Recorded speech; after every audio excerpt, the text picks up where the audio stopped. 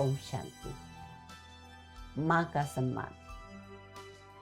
मध्यम वर्गीय बच्चे को 10वीं क्लास में 90% मार्क मिले। पिताजी को आके अपनी रिपोर्ट दिखाई, पापा मुझे 90% मार्क मिले हैं। पिता बहुत खुश हुए और अपनी पत्नी जो कि किचन में काम कर रही थी कहा, सुनो जी मीठा दलिया बना लो, बेटे को 90% मार्क मिले हैं। माँ बहुत खुशी में भागती भागती बाहर आई, कहा मुझे भी दिखाओ ना। और ये सुनकर बेटे ने कह दिया, बाबूजी उनको क्या दिखा रहे हो, वो तो अनपढ़ है ना। ये सुनते ही पिता ने कहा, हाँ वो तो अनपढ़ है, सही कहा तुमने। जब तुम उसके पेट में थे उसको दूध कभी पसंद नहीं था, लेकिन तुम स्वस्थ पैदा हो, तुम्हें शक्ति मिले, इसलिए वो जबरदस्ती 9 महीने तक दूध पीती थी तुम्हारी खातिर, क्योंकि वो अनपढ़ है ना। जब तुम सुबह 7 बजे स्कूल जाने वाले होते थे तो वो सुबह 5 बजे उठकर तुम्हारे लिए नाश्ता और टिफिन बनाती थी कि बेटे के पसंद का नाश्ता खिला के भेजूं और दोपहर का अच्छा टिफिन बना के दूं, क्योंकि वो अनपढ़ थी ना। वो कई बार खाना बनाकर हम लोगों को खिलाकर और ये भूल जाती थी कि उसने खाना भी नहीं खाया है, क्योंकि वो अनपढ़ थी ना। तुम्हारे लिए ब्रांडेड कपड़े लाकर देने के लिए सदा एक साड़ी पर रही और मुझसे जिद करती रही, बेटे को ब्रांडेड कपड़े लाकर दो। क्यों? क्योंकि वो अनपढ़ है ना।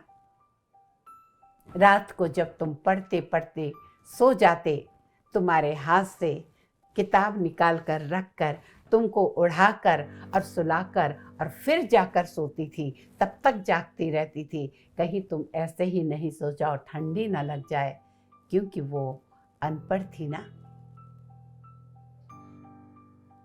बेटा ये सब सुन रहा था। जब तुम बचपन में बार बार बीमार पड़ते थे, रात रात भर वो तुम्हारे सिरहाने बैठी, कभी पंखा झलती, कभी सिर पे ठंडे पानी की पट्टी रखती, क्योंकि वो अनपढ़ थी ना। और ये सारी बातें सुनकर बेटे ने आंखें नीचे की, दौड़ता हुआ गया और माँ को लिपट कर रोने लगा, माँ मुझे माफ कर दो, माँ मुझे माफ कर दो, मुझे तो सिर्फ पेपर में 90% मार्क मिले हैं, लेकिन माँ आज तुमने मेरे जीवन में मुझे 100% मार्क देकर एक अच्छी शिक्षक बन गई। माँ तुमने तो PhD से भी ऊपर की डिग्री प्राप्त कर ली। तुम्हें अनपढ़ मैंने कहा, लेकिन तुम तो दुनिया की सबसे बेस्ट कुक हो, तुम दुनिया की सबसे अच्छी शिक्षक हो, तुम दुनिया की सबसे अच्छी ड्रेस डिजाइनर हो, तुम दुनिया की सबसे अच्छी डॉक्टर हो, तुम दुनिया की सबसे अच्छी वकील हो, और मैं तुम्हें अनपढ़ कह रहा था। माँ के भी आंसू आ रहे थे, बेटे के भी आंसू आ रहे थे, पिता भी रो रहे थे। माँ मैं 90% लाके भी अनपढ़ रह गया, और तुम जिंदगी की इस पढ़ाई में PhD से भी आगे बढ़ गई। जो पाठ आज मैंने सीखा ये कभी नहीं भूलूंगा। आप भी इस बात को ध्यान रखें। माँ बाप पढ़े लिखे नहीं हैं, अनपढ़ हैं, लेकिन उनके मुंह पे कहना ये अनपढ़ है। जो पिताजी ने इतनी बातें गिनाई, वो बातें सुनने के बाद बेटे को कैसा लगा होगा। अगर हम किसी के लिए कुछ करें और कोई हमें कहे ये क्या समझेंगे, इन्हें क्या आता है, जबकि सब कुछ आपने करके उनको आगे बढ़ाया है, तो कैसा लगता है। कभी भी अपने माता पिता का अपमान ना करें। भले ही वो अनपढ़ हों, लेकिन जीवन की किताब में, अनुभव की रेस में उन्होंने जो सीखा है वो अभी आपने नहीं सीखा। भले ही वो उन्हें अक्षर का ज्ञान नहीं हो, लेकिन उन्हें दुनिया का ज्ञान है, दुनिया की रस्मों रिवाज का ज्ञान है।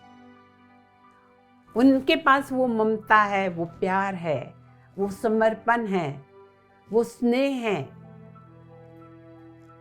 वो प्रेम है, जो आप जब अपने बच्चे के माँ बाप बनेंगे और उतना करेंगे, और जब आपके बच्चे ऐसे कहेंगे, तब आपको समझ में आएगा कि ऐसे सुनकर कैसे लगता है।